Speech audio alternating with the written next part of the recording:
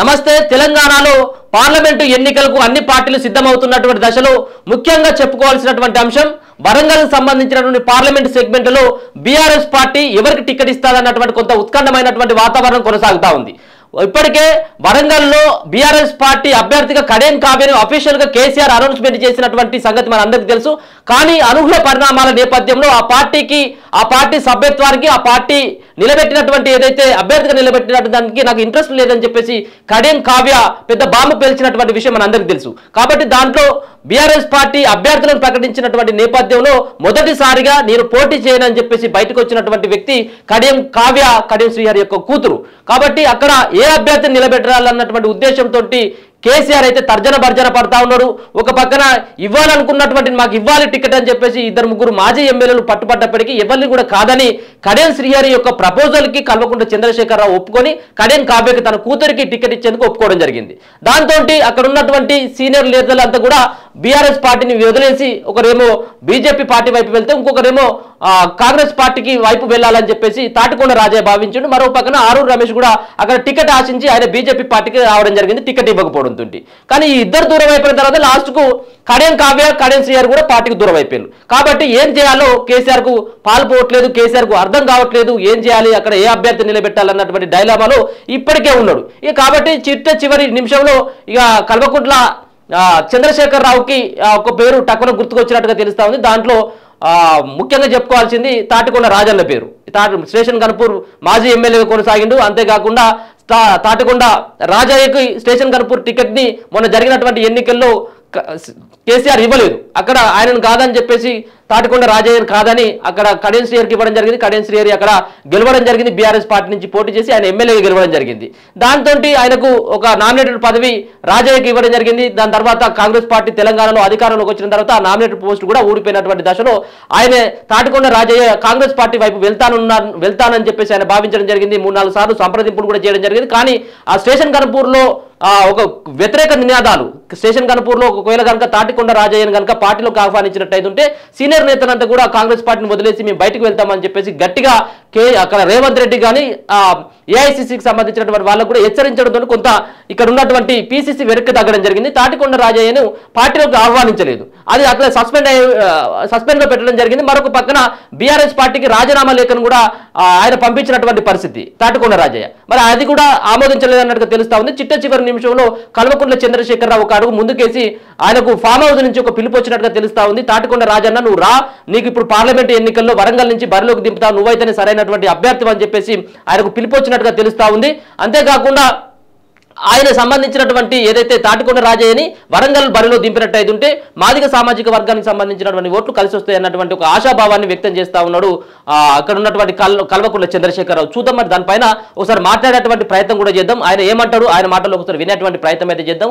ఒక పక్కన కాంగ్రెస్ పార్టీ వైపు వెళ్ళాలని చెప్పేసి భావిస్తే రేవంత్ రెడ్డిని పొగిడినటువంటి పరిస్థితి, కాంగ్రెస్ పార్టీలోకి వెళ్తున్నటువంటి కేసీఆర్ పైన కొన్ని విమర్శలు కూడా చేసినటువంటి నేపథ్యం. మరి మళ్ళీ ఇప్పుడు బీఆర్ఎస్ పార్టీ ఆహ్వానిస్తా ఉన్నది. మరి బీఆర్ఎస్ పార్టీలోకి ఆయనకు వెళ్ళడానికి కారణం ఏంటిది, బీఆర్ఎస్ పార్టీ ఏ విధమైనటువంటి ఆఫర్ని ఇచ్చింది, బీఆర్ఎస్ పార్టీ ఎంపీగా ఏమైనా అవకాశం ఇస్తుందా లేదన్నటువంటి దానిపైన ఒకసారి తాటికొండ రాజయ్య తోటి ఒకసారి మాట్లాడేటువంటి ప్రయత్నం అయితే చేద్దాం. అవకాశం ఏమైనా ఉందా ఎంపీగా? పిలుపు వచ్చింది ఆల్రెడీ ఫామ్ హౌస్ నుంచి. ఓకే, సో 100% ఉన్నట్టు లెక్క. ఈ రోజు ఫైనల్ అయిపోతుంది సార్. మొదటి నుంచి కూడా ఆయనకు కడియంకు కొంత వ్యతిరేకంగానే, అంటే ఆయన చేసినటువంటి వాటిపైన కొంత మీరు వ్యతిరేకంగా మాట్లాడినటువంటి దాఖలు చూసినాం. ఇప్పుడు ప్రజెంట్ కూడా అంటే ఎందుకు మీరు ప్రజెంట్ ఉన్నటువంటి పార్టీలోకి వస్తా ఉన్నాడు? ఒక పక్కనేమో మీరు బీఆర్ఎస్ పార్టీలో ఉన్నప్పుడు బీఆర్ఎస్ పార్టీలోకి, ఇప్పుడు ఏమో కాంగ్రెస్ పార్టీలోకి వెళ్దామంటే కాంగ్రెస్ పార్టీలోకి. అసలు ఏం జరుగుతూ ఉంది అసలు స్టేషన్ కనుపూర్? అవును, అంటే ఏం లేదు, రాసి తయారైనాక గతం వచ్చి కూర్చున్నాడు. బీఆర్ఎస్ పార్టీ నెంబర్ 1 మొదటి స్థానాలు 10 స్థానాల్లో గన్పూర్ను అంత గొప్పగా డెవలప్మెంట్ కానీ లేకపోతే పార్టీ అభివృద్ధి కానీ ఉంటే, సో కేసీఆర్ను బ్లాక్మెయిల్ చేసి ఇక మొత్తము బీఆర్ఎస్ పార్టీ గన్పూర్లో బాగున్నది, పోయి పోటీ కడియమని నన్ను పంపించిండని కడియం శ్రీహరే చెప్పేది. నేను వాయిస్ ఏమో ఇచ్చేది, కేసీఆర్ను బ్లాక్మెయిల్ చేసి టికెట్ తెచ్చుకున్నాడు అని అంటే కేసీఆర్నే బ్లాక్మెయిల్ చేస్తారని ప్రెస్ వాళ్ళందరూ నన్ను అడుగుతుండేది ఇంటర్వ్యూలలో కానీ ఫేస్ టు ఫేస్ చేసినప్పుడు. ఇప్పుడు అన్ని క్లియర్ అయిపోయినాయి మొత్తం. ఆఖరికి ఎక్కడికంటే మొత్తం 600 ఓట్లు 429 600 జనాభా 429 ఓట్లున్న కడియం శ్రీహరి మొత్తము జిల్లా మొత్తము మాలమాదిగలకు ఎవరికి అవకాశం లేకుండా ఒక చిన్న సామాజిక వర్గం వాళ్ళ దెబ్బ కొట్టడానికి ఆనికి తర్వాత బిడ్డకు పోనీ ఇద్దరు తీసుకొని ఇద్దరు ఏమన్నా ఉన్నారంటే ఇద్దరు మళ్ళా పంగనామాలు పెట్టి బయటకు వెళ్ళే కార్యక్రమం అయింది. ఈరోజు ఎవరు కూడా ప్రజలు ఓర్చుకున్న పరిస్థితి లేదు. తర్వాత మొదటి నుండి ఇప్పటి వరకు అంటే డిప్యూటీ సీఎం అయినప్పుడు కానీ ఇప్పటి వరకు వెంటాడి కేసీఆర్ గారిని లోబరుచుకొని అనేక రకాలుగా నష్టం చేసిందంటే నాకే నా రాజకీయ భవిష్యత్తుకి. కొన్ని వాడు బీఆర్ఎస్ పార్టీ తెచ్చుకుని ఉండండి అని చెప్పేసి మళ్ళీ కాంగ్రెస్కి వచ్చే అంతకుముందు 15 ఏళ్ళ పరిచయాన్ని కొంత వర్కౌట్ చేసుకొని ఇంకా 2-3 రోజుల్లో ప్రకటిస్తారనే క్రమంలో మళ్ళీ అక్కడ ఎగనామాలు పెట్టేసి మళ్ళీ ఇక్కడికి వచ్చి ఇక్కడ 24 గంటల్లోనే పార్టీలో చేయడం టికెట్ అనౌన్స్ చేసుకోవడం కూడా అయిపోయింది. సో ఇంత మోసాన్ని ఎవరు కూడా భరించట్లేకపోతున్నారు. అంటే నమ్మించి మోసం చేయడం ఇవన్నీ కూడా ఉన్నాయి.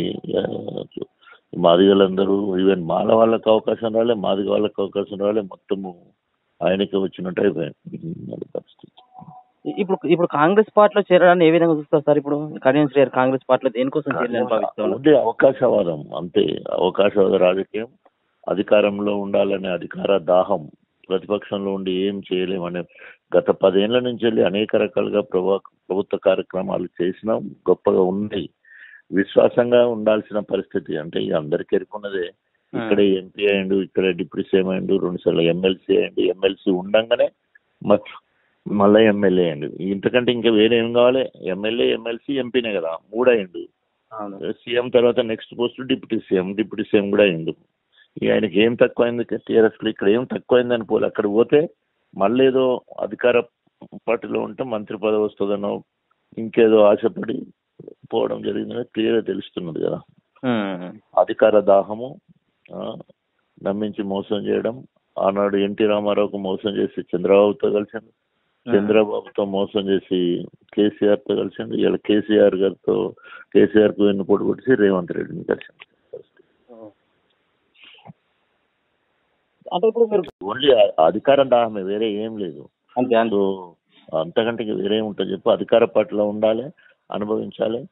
అంటే ఇన్ని రకాల పోర్ట్ఫోలియో చేసినా కూడా మార్కెట్ శాఖ చేసిండు, సోషల్ కేర్ చేసిండు, ప్రైమరీ ఎడ్యుకేషన్ చేసిండు, ఇరిగేషన్ చేసిండు, మళ్ళీ ఇళ్ళకి వచ్చినాక డిప్యూటీ సీఎం చేసిండు, మళ్ళీ హెల్త్ మినిస్టర్, మళ్ళీ ఎడ్యుకేషన్ మినిస్టర్ చేసిండు.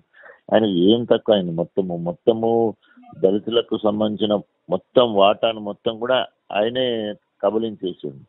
కొన్ని కబలించేసి విశ్వాసంగా ఉన్నాడంటే ఆ విశ్వాస ఘాతకుడు లెక్క ఈరోజు తెలంగాణ సమాజం మొత్తం అంటే 2 కొడుతూ ఉన్నాయి. అంటే సార్, అంటే ఒక పక్కన మిమ్మల్ని కాదని చెప్పేసి కూడా కేసీఆర్ గారు ఆయనకు టికెట్ ఇవ్వడం జరిగింది స్టేషన్ గన్పూర్లో. ఒక పక్కన కూడా కొంత మీరు నిరసన వ్యక్తం చేయడం జరిగింది. ఎందుకంటే కడియం శ్రీహరికి ఇవ్వడం పట్ల కూడా కొంత మీరు కార్యకర్తలతో వాళ్ళతో మాట్లాడుకుంటూ ఏడ్చినటువంటి పరిస్థితి కూడా చూసుకోవచ్చు. దాని తర్వాత పార్టీ మారుతామని చెప్పేసి కొన్ని పెద్ద ఎత్తున వార్తలు వచ్చినటువంటి నేపథ్యం, మళ్ళీ కాంగ్రెస్ పార్టీలోకి వెళ్తారని చెప్పేసి పెద్ద ఎత్తున ప్రచారం అవుతున్నటువంటి దశలో మరి కేసీఆర్ మీకు ఏ విధమైనటువంటి ఆఫర్ ఇవ్వడం జరిగింది? అప్పుడు టికెట్ రానప్పుడు ఎవరైనా నిరసన తెలియజేస్తారు. ఎందుకంటే గత 13 ఏళ్ల నుంచి గణపురంలో పార్టీ అభివృద్ధి చేసినాము.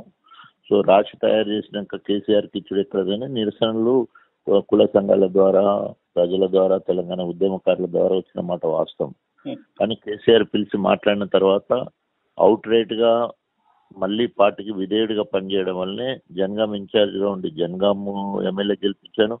గన్పూర్లో కూడా మొత్తం నాకే ఆర్డరే. కాకపోతే 20-30% ఆయనకు చేయకపోవచ్చు కాక, కానీ ఆ చేసిన దాంతో సావుదప్పి కన్నులు పడ్డట్టు 7,000తో గెలవడం జరిగింది.